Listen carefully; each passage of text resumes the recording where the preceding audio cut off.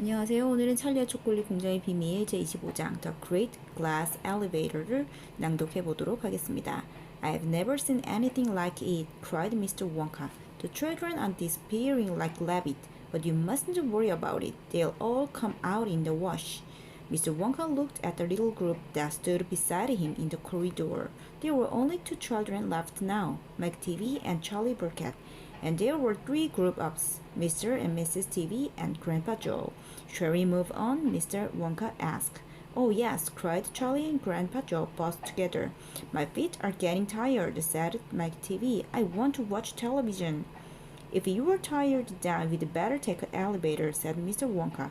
It's over here. Come on. In we go. He skipped across the passage to the pair of double doors. The doors slid open. The two children and the grown-ups went in. Now then, cried Mr. Wonka, which button shall we press first? Take your pick. Charlie Burkett stared around him in astonishment. This was the craziest elevator he had ever seen. There were buttons everywhere. The walls and even the ceiling were covered all over with rows and rows and rows of small black push buttons. There must have been 1,000 of them on each wall and another 1,000 on the ceiling. And now Charlie noticed that every single button had a tiny printed label beside it telling you which room you would be taken to if you pressed it. This isn't just an ordinary up and down elevator, announced Mr. Wonka proudly. This elevator can go sideways and long ways and slant ways and any other way you can think of. It can visit any single room in the whole factory, no matter where it is. You will simply press the button and zing, you're up. Fantastic, murmured Grandpa Joe. His eyes were shining with the excitement as he stared at the rows and rows of buttons. The whole elevator is made of thick, clear glass, Mr. Wonka declared. Walls, doors, ceilings, floor, everything is made of glass so that you can see out. But there's nothing to see, said Mike TV. Choose a button, said Mr. Wonka. The two children may press one button each, so take your pick. Hurry up. In every room, something delicious and wonderful is being made. Quickly, Charlie started reading some of the label alongside the button. Come on, cried Mr. Wonka. We can't wait all day. Isn't there a television room in all this lot? Asked Mike TV. Certainly there's a television room, Mr. Wonka said. That button over there, he pointed with his finger. Everybody looked. Television chocolate, it said on the tiny label beside the button. Whoopee! Shouted Mike TV. That's for me. He stuck out his thumb and pressed the button. Instantly, there was a tremendous whistling noise. The door clanged shut and the elevator leaped away as though it had been stung by a wasp. But it lived sideways, and all the passengers were flung off their feet onto the floor. Get up, cried Mr. Wonka, lowering with laughter.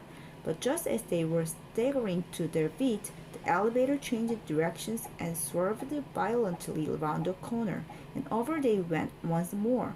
Help! Shouted Mrs. TV. Take my hand, madam, said Mr. Wonka gallantly. There you are. Now grab this strap. Everybody grab a strap. The journey not over yet. Old Grandpa Joe staggered to his feet and caught hold of the strap. Little Charlie, who couldn't possibly reach as high as that, put his arms around Grandpa Joe's leg and hung on tight. The elevator rushed on at the speed of the rocket. Now it was beginning to climb. It was shooting up and up and up on the steep, slanty course as if it were climbing very steep hill. Then suddenly, as though it had come to the top of the hill and gone over the precipice, it dropped like a stone and Charlie felt his tummy coming right up into his throat, and Grandpa Joe shouted, Yippee, here we go! And Mrs. TV cried out, the rope has broken, we are going to crash, and Mr. Wonka said, calm yourself, my dear lady, and patted her comfortingly on the arm, and then Grandpa Joe looked down at the Charlie who was clinging to his leg. And he said, are you all right, Charlie? Charlie shouted, I love it. It's like being on a roller coaster. And though the glass walls of the elevator, as it rushed along, they caught a sudden glimpse of the strange and wonderful thing go on in some of the other rooms. An enormous spout of brown sticky stuff oozing out of it onto the floor. A great glass mountain made entirely of fudge with Oompa Loompa hacking huge hunk of the fudge out of its side. A machine with white powder splaying out of it like a snowstorm. A lake of hot caramel with steam coming off it. A village of Oompa Loompas with tiny house and a street and hundreds of Oompa Loompa children no more than 4 inches high playing in the street. And now the elevator began flattening out again, but it seems to be going faster than ever, and Charlie could hear the stream of the wind outside as it hurtled forward, and it twisted, and it turned, and it went up, and it went down, and I'm going to be sick, yelled Mrs. Stevie, turning green in the face. Please don't be sick, said Mr. Wonka. Try and stop me, said Mrs. Stevie. Then you'd better take this, said Mr. Wonka, and he swept his magnificent black top hat off his head and held it out upside down in front of Mrs. T.V. Mouse. Make this awful thing stop, ordered Mr. T.V. Can't do that, said Mr. Wonka. It won't stop till get there. I only hope no one's using the other elevator at this moment. What other elevator? Screamed Mrs. T.V. The one that goes the opposite way on the same track as this one, said Mr. Wonka. Holy mackerel, cried Mr. T.V. You mean we might have a collision? I've always been lucky so far, said Mr. Wonka. Now I am going to be sick, yelled Mrs. T.V. No, no, said Mr. Wonka. Not now, we're nearly there. Don't spoil my hat.